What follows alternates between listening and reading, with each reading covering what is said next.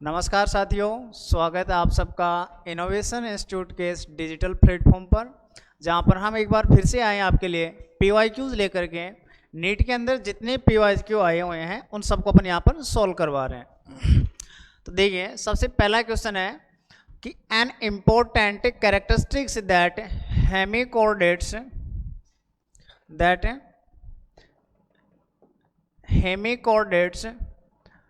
Share with कोऑर्डिनेट, मतलब कि कोऑर्डिनेट और हेमी कोऑर्डिनेट। देखिए, अपन जानते हैं जो हेमी कोऑर्डिनेट है उसके बाद में क्या डेवलप हुआ है, कोऑर्डिनेट। यानी कि ऐसा कौन सा फीचर है जो इन दोनों में क्या हो गया है, सेम डेवलप हुआ है। जैसे एब्सेंस ऑफ नोटोकोड।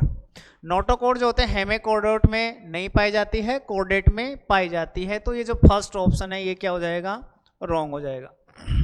सेकंड है pharynx without the gills slit, ये भी पॉसिबल नहीं है। डायरेक्ट एनसीईआरटी से लिखा हुआ क्वेश्चन है ये, pharynx with the gills slit.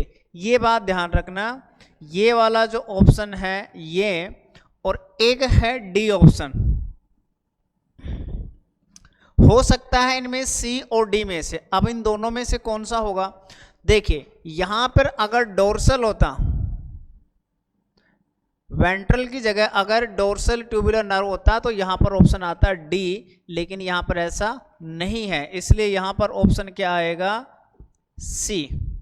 तो यहां पर राइट ऑप्शन हो जाएगा सी, फेरिंग्स विद गिल्स स्लिट। देखिए, आगे क्वेश्चंस मैं आपको एक्सप्लेन करूं उससे पहले मैं हिंदी मीडियम के स्टूडेंट को ये कहना चाहूंगा कि बेटा जितने भी नेम्स होते हैं, जैसे पृष्ठ रज्जु है, ग्रसनी नाल है, इन सब को क्या है कि आप थोड़ा अवॉइड करें। क्यों? क्योंकि जब आप नीट के अंदर सेलेक्ट हो जाओगे तो वहाँ पर हिंदी के अंदर जो टर्म्स होंगे वो आपको देखने को नहीं मिलेंगे। तो इन चीज़ों की आप पहले से हैबिट डालना है, ठीक है। और दूसरी बात बेटा, जो हिंदी के नेम्स होते हैं ना और इंग्लिश में जो टर्म्स होते हैं उन दोनों में काफ़ी डिफरेंस होता है। इंग्लिश के टर्म्स के साथ एक बार आप फ्रेंडली हो जाओगे तो आपको ये लर्न करने में ज़्यादा प्रॉब्लम नहीं देगी, ठीक है। तो बाकी मेरी कोशिश तो यही रहेगी कि आपको कहने का कि बेटा आप थोड़ा सा इंग्लिश के अंदर टर्म्स के ऊपर ध्यान दिया करें, क्योंकि हिंदी में क्या है कि आप गड़बड़ करोगे। Second question, this is not a stem modification. कौन सा स्टेम का मॉडिफिकेशन नहीं है। हम जानते हैं कि सिट्रस के अंदर जो थॉर्न है वो किसका मॉडिफिकेशन है, स्टेम का मॉडिफिकेशन है। एक बी ऑप्शन है पिक्चर ऑफ नेपेंथिस, ये क्या होता है। देखिए, अपन जानते हैं पिक्चर प्लांट जो होता है ना वो एक इंसेक्टिवोरस प्लांट है, इंसेक्टिवोरस प्लांट,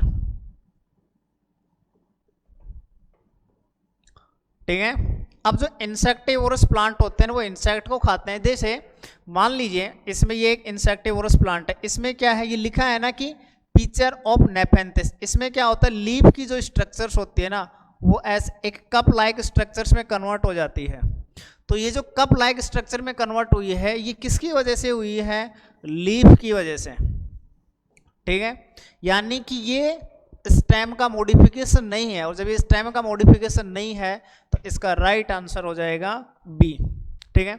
इसके अलावा टेंड्रिल्स ऑफ कुकुम्बर, ये भी किसका एग्जांपल्स हैं, थॉर्न के ही मॉडिफिकेशंस है। जैसे मान लीजिए कुकुम्बर के बेल है तो यहाँ से छोटी see here like structures originate होती है, ऐसी बहुत सारी। क्यों? क्योंकि किसी सरफेस की क्या होती है, चिपकती है, ठीक है ना। तो टेंड्रिल्स ऑफ कुकुम्बर किसका एग्जांपल है, स्टेम मॉडिफिकेशंस का, ठीक है। नेक्स्ट क्वेश्चन है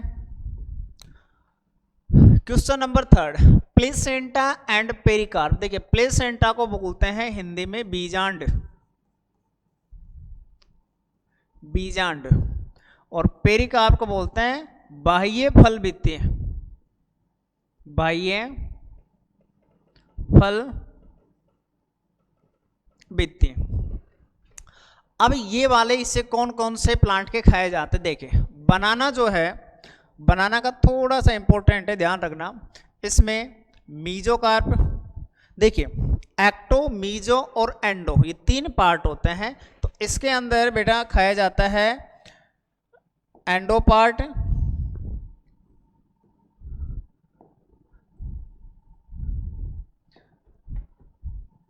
endo part plus less develop mesocarp plus less develop mesocarp, ठीक है बेटा, ये हो गया बनाना के अंदर। तो बनाना तो ऑप्शन से क्या हो गया है, गायब हो गया है, यानी ये नहीं आएगा। पोटैटो जो होता है ना, पोटैटो स्टेम का ही मॉडिफिकेशन है, और स्टेम का किस टाइप का मॉडिफिकेशन है, ट्यूबर। ट्यूबर यानी कि जो पोटैटो है वो किसका मॉडिफिकेशन हो गया, स्टेम का मॉडिफिकेशन, और ये क्या होगा, ट्यूबस। एप्पल जो है ना, इसका जो पार्ट खाया जाता है बेटा, थैलेमस। थैलेमस, और इसके ऊपर स्टार लगा लेना क्योंकि ये एक इंपॉर्टेंट है, बार बार नीट के अंदर पूछ जाता है।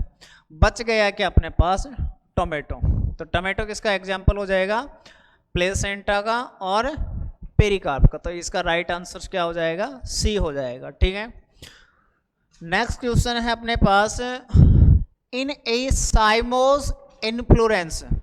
देख, इन्फ्लोरेंस का मतलब होता है पुष्पक्रम, हिंदी में इसको बोलते हैं सैसिमाक्स। अब देखो कितना कॉम्प्लिकेटेड नाम है, सैसिमाक्स, और एक दूसरा और होता है एसिमाक्स। एसिमाक्स, देखिए सैसिमाक्स, या मैं बोलूं जो साइमोज होते हैं ना, साइमोज, देखिए फ्लावर का जो अरेंजमेंट होता है ना, फ्लावर किसी प्लांट में किस तरीके से अरेंज है, उसी को अपन क्या बोल रहे हैं, इन्फ्लोरेंस बोलते हैं, यानी पुष्पक्रम बोलते हैं। ठीक है, और दूसरा होता है बेटा रेसिमोस। रेसिमोस, देखिए साइमोज और रेसिमोस में क्या डिफरेंस होता है, जैसे मान लीजिए ये एक स्टेम है और इधर एक स्टेम है। ठीक है, रेसिमोस में क्या होता है, इसमें जो फ्लावर लगेगा वो टॉप पे लगेगा, और जैसे ही टॉप पे फ्लावर लगता है तो इसकी ग्रोथ क्या हो जाती है, वहीं की वहीं रुक जाती है। जबकि रेसिमोस में क्या होता है, जो फ्लावर लगते हैं वो साइड में लगते हैं और इसमें कंटिन्यूसली ग्रोथ पॉसिबल है। तो ये वाला इंपॉर्टेंट लाइन्स आपको ध्यान रखना कि जो सेसिमाक्स होती है, या मैं बोलूँ साइमोज होता है, इसमें टर्मिनल फ्लावर होते हैं। टर्मिनल का मतलब होता है टॉप के ऊपर आने वाला। ठीक है, और इसमें क्या कहाँ प्रेजेंट होता है, साइड में, और साइड में फ्लावर होने की वजह से इसमें ग्रोथ प्रेजेंट है, ग्रोथ यहां पर प्रेजेंट है, जबकि यहां पर ग्रोथ नहीं है। समझ में आई कहानी, तो टर्मिनल हो गया, ग्रोथ हो गया।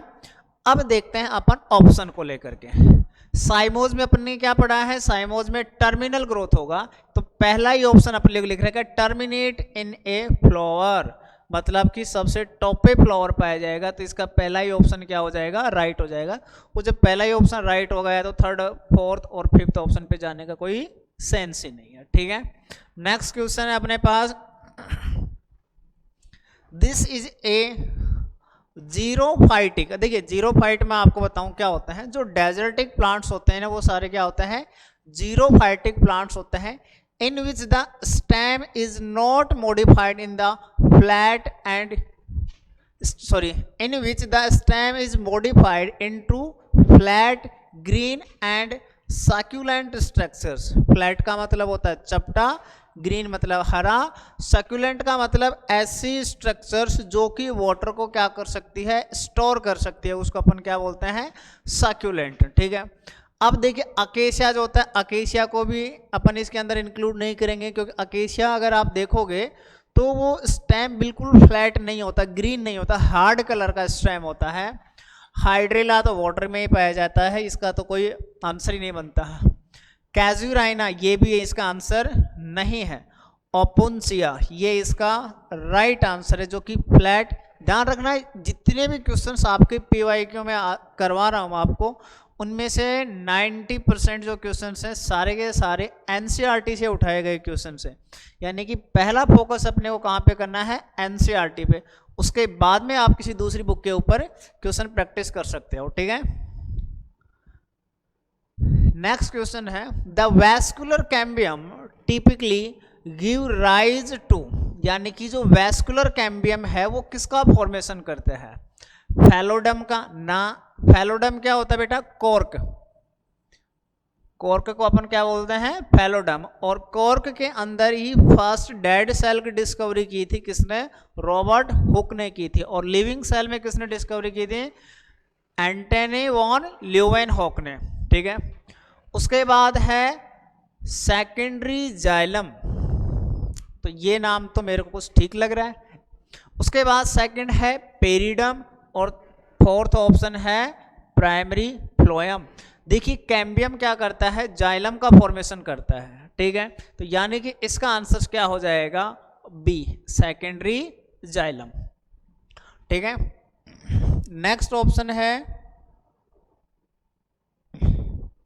This is an incorrect statement for stomatal apparatus. Stomata क्या होते हैं, देखिए लीफ जो होते हैं ना उसमें जो होल्स होते हैं वो स्ट्रोमेटा होते हैं, और स्ट्रोमेटा के चारों तरफ एक सेल्स पाई जाती है, उसको गार्ड सेल्स बोलते हैं। क्या बोलते हैं, गार्ड सेल्स। ध्यान रखना ये गार्ड सेल्स होती है हमेशा नहीं पाई जाती, ठीक है। और दूसरा इस गार्ड सेल के अंदर वाला जो हिस्सा होता है ना वो थोड़ा सा थिक होता है और बाहर वाला हिस्सा थोड़ा सा थिन होता है, ठीक है। दूसरी बात, स्ट्रोमेटा के ओपनिंग और क्लोजिंग को कौन कंट्रोल करता है, ये गार्ड सेल्स करता है। और गार्ड सेल्स के अलावा दूसरी सेल्स और भी पाई जाती हैं कभी कभार, उसको बोलते हैं सब्सिडरी सेल्स, ठीक है। ये बेसिक बातें मैंने आपको बताई।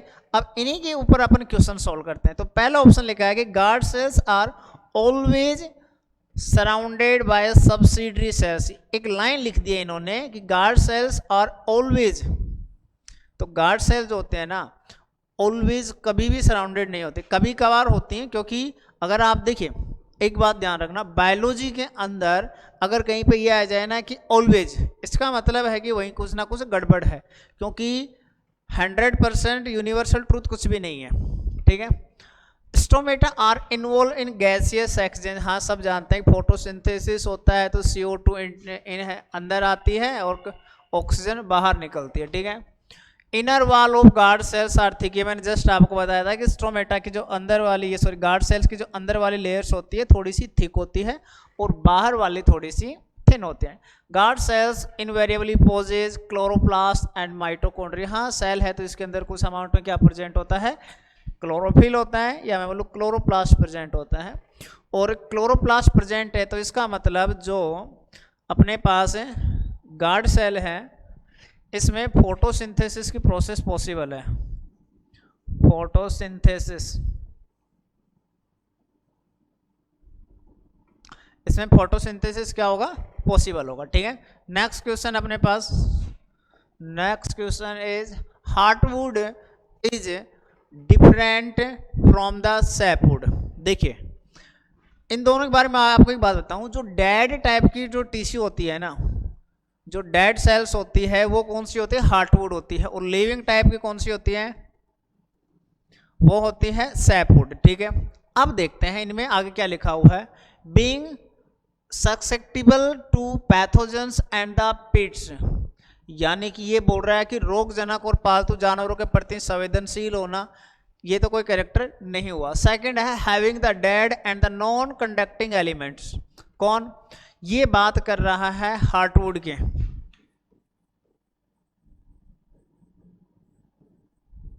हार्टवुड, ये किसकी बात कर रहा है, हार्टवुड की। यानी कि ये वाली जो प्रॉपर्टी इन्होंने हार्टवुड की बोल दी, और ये दोनों प्रॉपर्टी किसके अंदर रहेगी, सॉरी एब्सेंट किस में रहेगी, सैपवुड के अंदर। डेड टिश्यू मतलब किसकी बात हो रही है, हार्टवुड की, इसका मतलब यहाँ पर ऑप्शन क्या आएगा, बी ऑप्शन आएगा, ठीक है। प्रेजेंस ऑफ फाइबर्स एंड रे, ये भी इसका आंसर्स नहीं है।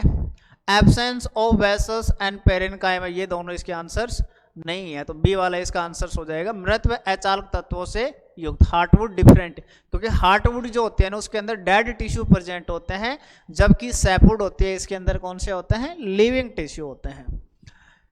The length of different internode in a culm of sugarcane is variable because, सुनिए इन्होंने कहा कि जो शुगर कैन होता है ना उसमें जो पार्ट्स होते हैं नोड और इंटरनोड के बीच का जो गैप होता है वो हर जगह क्या होता है, डिफरेंट होता है। अब अपन जानते हैं कि लेंथ की बात हो रही है, लेंथ की बात हो रही है, इसका मतलब प्राइमरी मेरिस्टेमिक टिश्यू की बात हो रही है, यानी मैं बोलूं मेरिस्टेमेटिक टिश्यू की बात हो रही है, मेरिस्टेमेटिक टिश्यू। और मेरिस्टेमेटिक टिश्यू तीन टाइप्स के होते हैं, कौन कौन से होते हैं, apical meristem, second intercalary meristem, और थर्ड है lateral meristem, apical meristem, intercalary और lateral.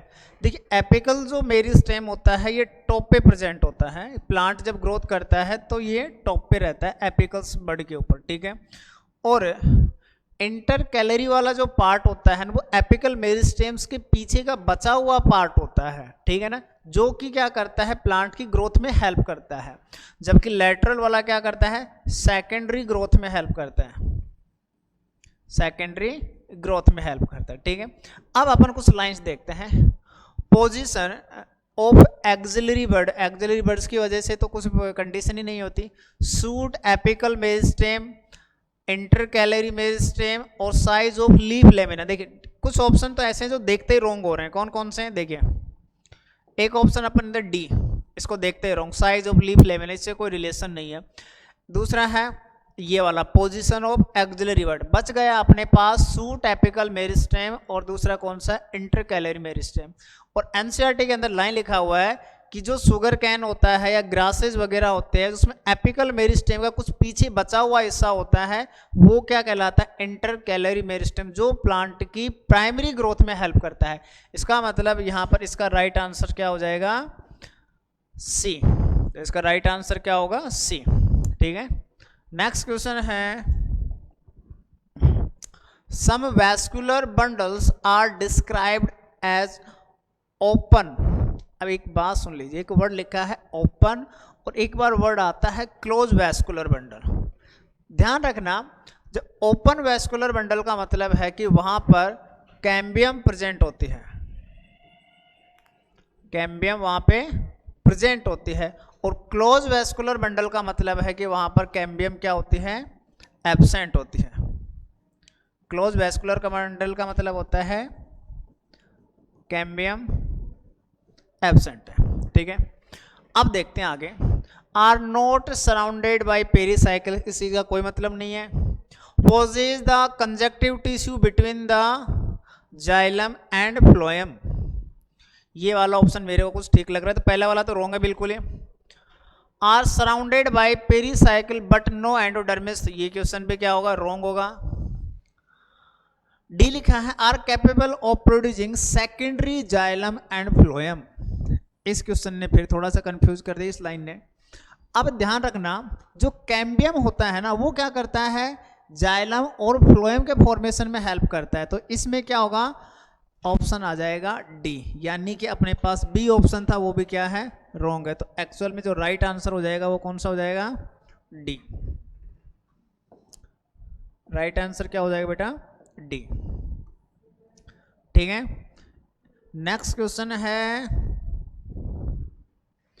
Sperm in male cockroach, थोड़ा जूलॉजी का क्वेश्चन है। Sperm in male cockroach are stored in which part of reproductive system, बताइए इनमें कौन सी जगह पर ऐसी जगह होती है कॉकरोच में जो कि स्पर्म को स्टोर करती है, बनाने की बात नहीं हो रही, यहाँ पे किसकी बात हो रही है स्पर्म को स्टोर करने की बात हो रही है। और अपन जानते हैं कि स्पर्म को स्टोर करने का काम कौन करता है सेमाइनल वेसिकल्स, क्या बोलते हैं इसको सेमाइनल वेसिकल्स, तो ये लिखा है वीर्य पुट्टिका। देखिए मैं आपको फिर बोल रहा हूँ ये जो नाम्स होते हैं ना हिंदी वाले नाम्स आप थोड़ा सा इनको कम प्रायोरिटी दें, क्योंकि एक्चुअल में जब आप इंग्लिश में पढ़ने लग जाते हो तो आपको लर्निंग कैपेसिटी भी थोड़ी सी क्या हो जाती है ज़्यादा हो जाती है। नेक्स्ट क्वेश्चन है pick the correctly match pair cartilage loose connective tissue. Second है adipose dense connective tissue, third है areolar loose connective tissue, tendon specialise connective tissue. Pick the correctly match. देखिए कार्टिलेज होती है ना वो लूज कनेक्टिव टिश्यू नहीं होती है, ध्यान रखना, ये स्केलेटल कनेक्टिव टिश्यू होती है। कौन सी होती है स्केलेटन, स्केलेटन कनेक्टिव टिश्यू होते हैं।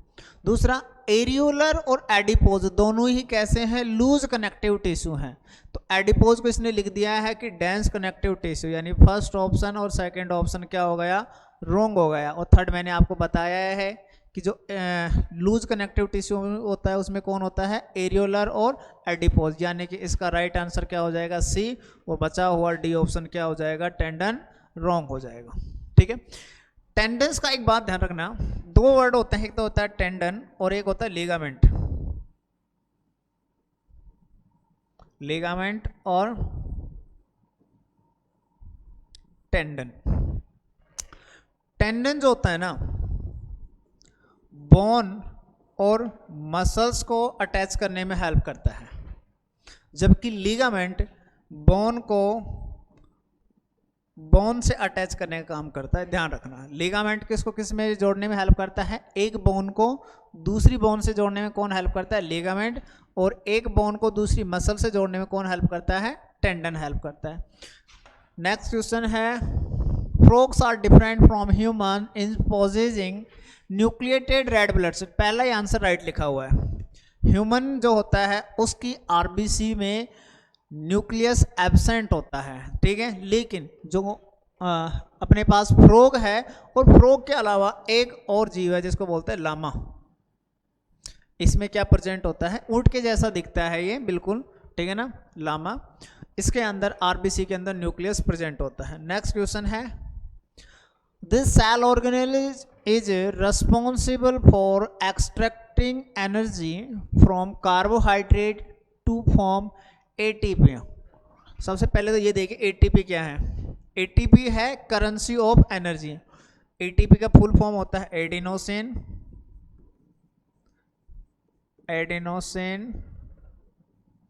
ट्राइफॉस्फेट, एडिनोसिन ट्राइफॉस्फेट, ठीक है। अब एनर्जी बन रही है, इसका मतलब एनर्जी के लिए क्या चाहिए अपने पास, रेस्पिरेशन प्रोसेस चाहिए,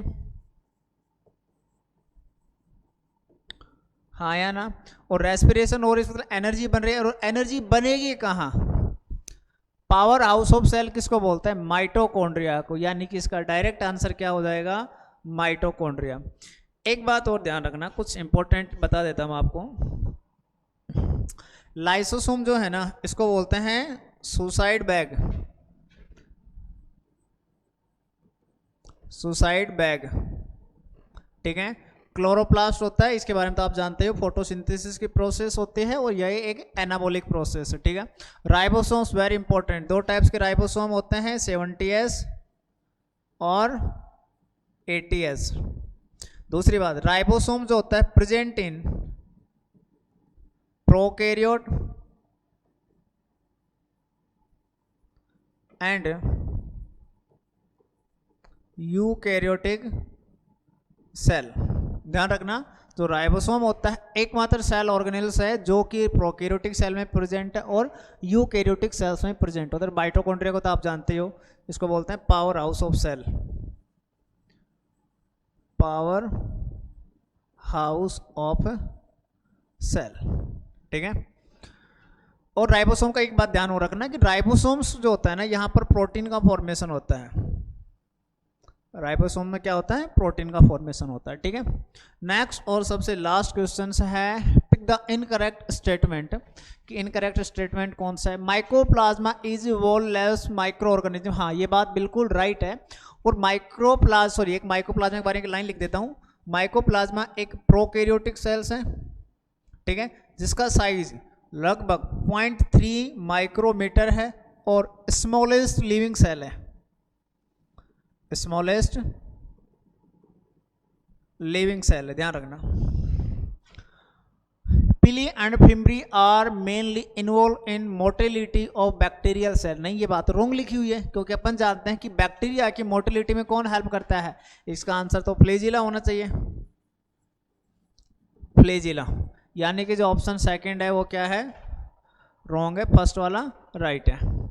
उसके बाद है the bacterial cell wall made up of the peptidoglycans, ये बात बिल्कुल राइट लिखी हुई है, पेप्टिडोग्लाइकेंस, ये वाली बात भी राइट है। दूसरी बात, एक बात देखना, अगर ग्राम पॉजिटिव और ग्राम नेगेटिव बैक्टीरिया को आपको क्लासीफाई करना है तो अपन को क्या करना पड़ता है, उसको स्टेन करना पड़ता है, ठीक है, उस स्पेशल केमिकल डालने पड़ते हैं। वो केमिकल्स कहाँ रिएक्ट करते हैं, ध्यान रखना है, सेल वॉल के ऊपर, ठीक है। साइनोबैक्टीरिया लैक फ्लैजिलेटेड सेल, हाँ ये बात बिल्कुल क्या है, राइट है, यानी कि इसका राइट आंसर क्या हो जाएगा, बी हो जाएगा, ठीक है। तो ये कुछ लास्ट ईयर के कुछ प्रीवियस ईयर क्वेश्चन थे जो मैंने आपको सोल्व करवाए हैं, ठीक है। बाकी आप पढ़ते रहिए। Okay, thank you.